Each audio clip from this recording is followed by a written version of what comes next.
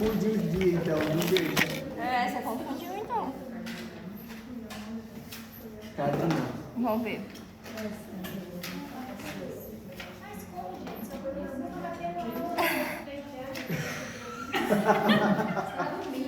Capítulo 16 e 17 da segunda. Ó, 17 foi dia 22/8. Control nos hablamos sobre que habíamos hablado sobre diferencia activa y diferencia negativa, control a corto plazo, a largo plazo. O capítulo 16 foi dia 16. Ô, doutora, vai estudar até esse capítulo aí? Até o 20. Até o 20? Pra que isso, doutor? Se eu gosto de coração, o professor já gosta de música. Gente, eu juro pra vocês. Gosta mais de coração ou gosta mais de música? Não. É o vídeo sobre tudo isso. Você tá com raiva, né? Pensei que ia ser só até elétrico. É. Eu achei que fosse só até elétrico. Eu vi uma Este capítulo es fácil porque ya vimos en la clase pasada. Generalmente en este caso vamos a hablar de lo que es control a corto plazo, ¿sí? Así como nosotros vimos la semana pasada que hay control a corto y a largo plazo de la circulación, también hay control a corto y a largo plazo de la presión arterial. En esta ocasión nosotros vamos a ver principalmente la regulación de la circulación, y si yo regulo la circulación, regulo también la presión arterial. Entonces tengo mecanismo a corto plazo, a mediano y a largo plazo, también así como existe principalmente lo que es la parte del control pulmonar de la circulación. Entonces, nosotros ya habíamos dicho en la clase pasada que cada tejido era capaz de controlar su propio flujo. ¿Por qué? Porque va a depender de sus necesidades metabólicas de cada uno. Si un tejido necesita mayor aporte, produce una vasodilatación, aumenta el flujo, aumenta los nutrientes. Si es que tiene exceso, produce vasoconstricción, disminuye el flujo y disminuye el aporte. Entonces, por eso el corazón trabaja de forma rítmica sin sobrecargar la actividad del corazón. Entonces, mi corazón va a bombear 5 litros de sangre y ese 5 litros es capaz de suplir con todas las necesidades metabólicas del organismo. Entonces, normalmente tiene que ver poco con el flujo, pero depende principalmente del mecanismo de control local. El sistema nervioso afecta. Ustedes saben que el sistema nervioso es el que controla toda la actividad del cuerpo. Entonces tiene que trabajar en conjunto, tiene que trabajar principalmente con el sistema hormonal o el sistema endocrino. Entonces yo tengo un sistema donde va a controlar todo mi organismo.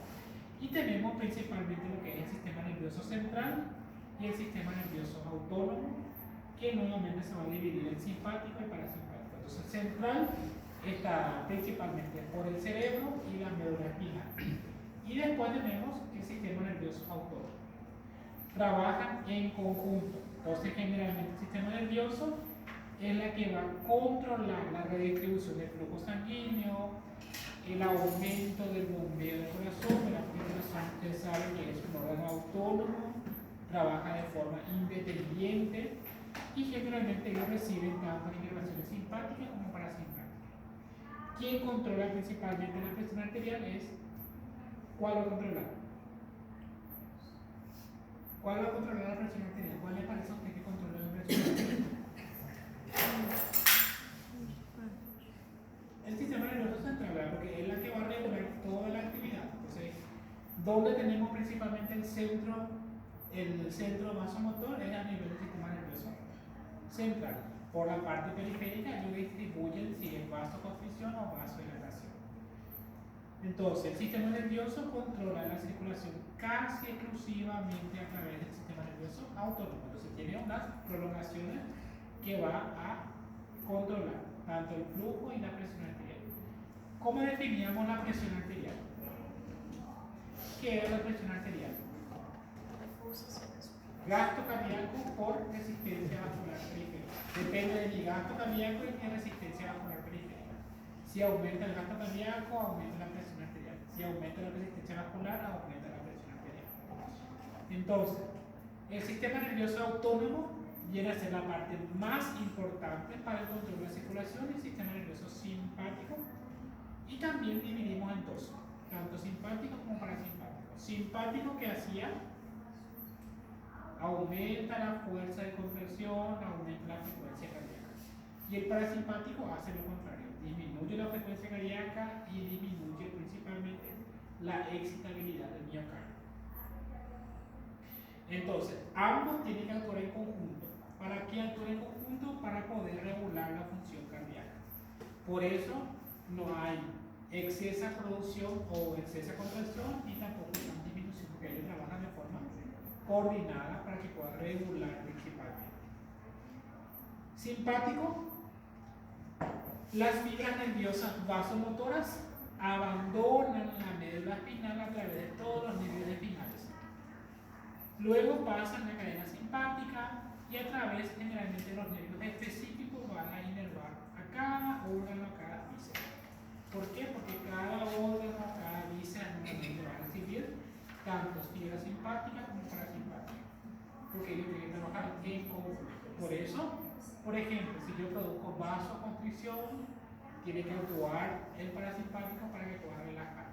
Todos los órganos, todos los sistemas reciben tanto inervaciones simpáticas como parasimpáticas. A través de los nervios raquídeos inervan también las vascularizaciones de las zonas periféricas. Los capilares tienen inervaciones simpáticas y parasimpáticas. ¿Sí o no?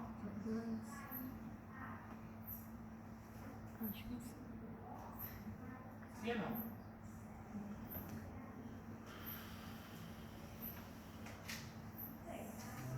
¿Seguros? No.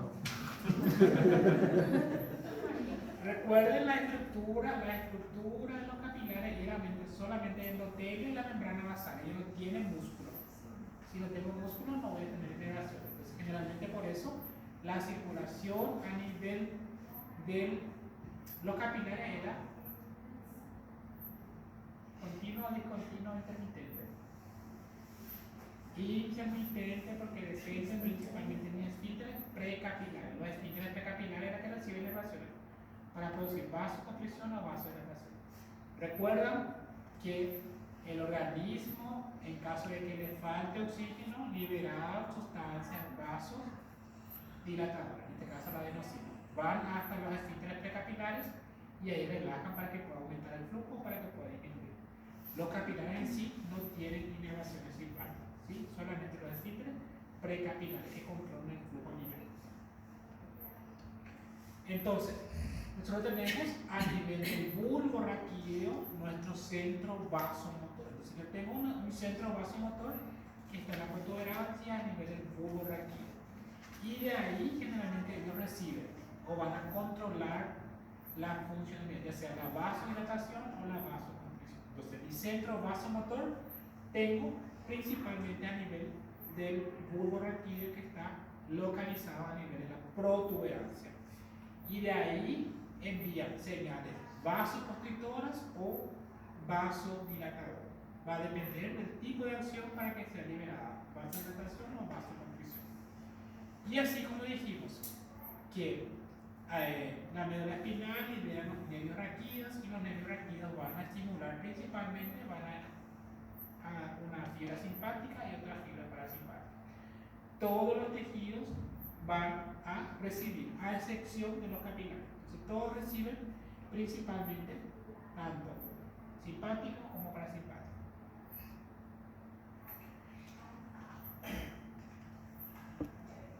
Inervación simpática en los vasos sanguíneos, entonces todos los vasos están inervados excepto los capilares, esfínteres precapilares y metaarteriolas.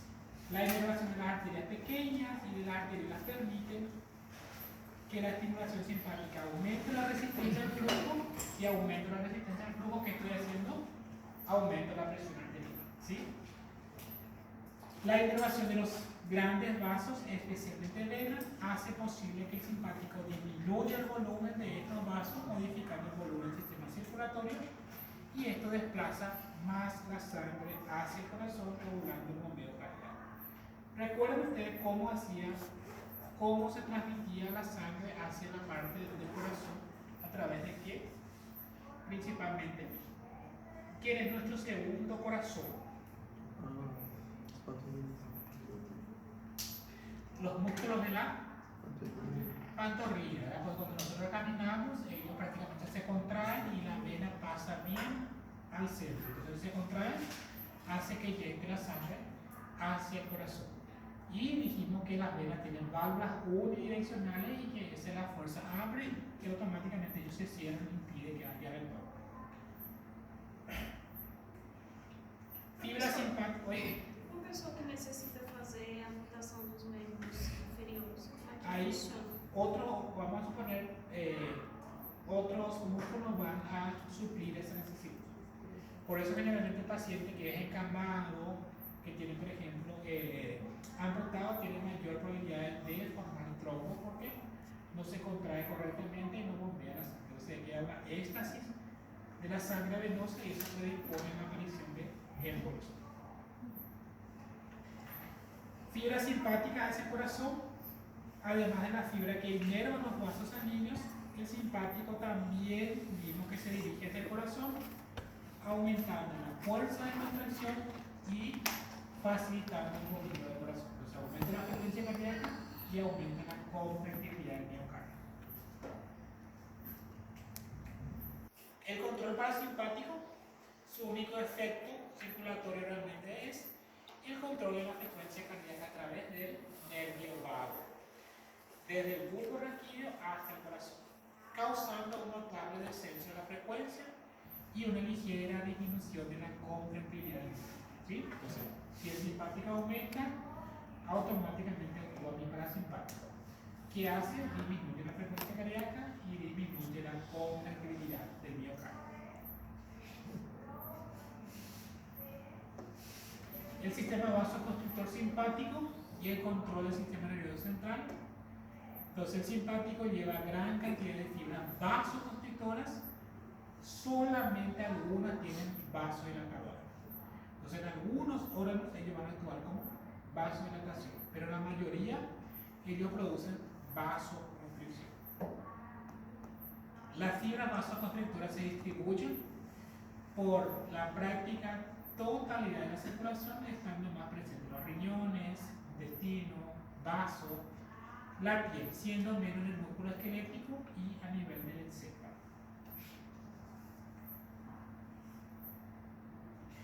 ¿Qué tipo de capilares tenían los pulmones?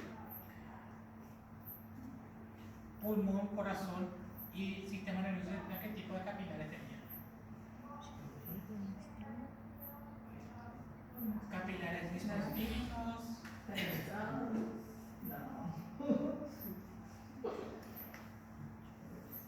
continuo o discontinuo. ¿Quién da más? ¿Quién da menos? Continua. ¿Continuo, discontinuo o fenestrado? Continua. Continuo.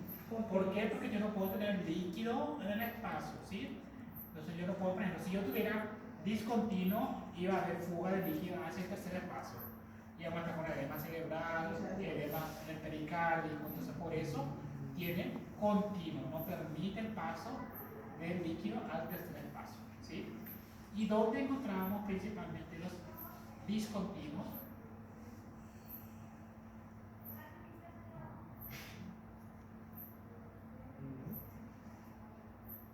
¿Y los sinusoides?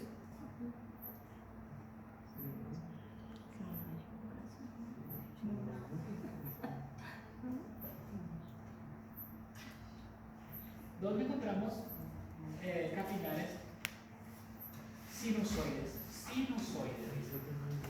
Nas minhas respiratórias.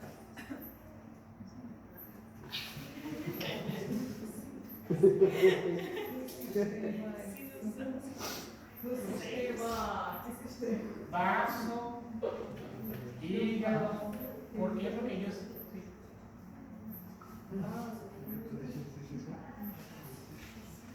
Un rim também é descontínuo? Fenestrado, porque el riñón filtra. Ah, fenestrado. Bueno, entonces tenemos sustancia, sistema vasoconstrictor y vasodilatador, ¿verdad? Entonces dijimos que prácticamente ellos van a llevar las inervaciones hasta ese tejido a este órgano. El centro tenemos a nivel del bulbo raquídeo, entonces tenemos el centro vasomotor. Entonces envía señales tanto vasodilatadora como vasoconstrictora.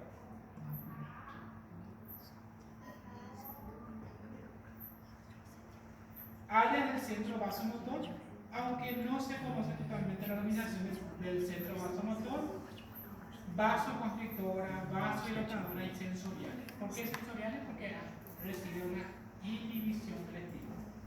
Entonces, si tengo vasoconstrictora, está localizada bilateralmente en la parte anterolateral superior del bulbo, enviando su fibra a todos los niveles y excitando principalmente las neuronas vasoconstrictoras.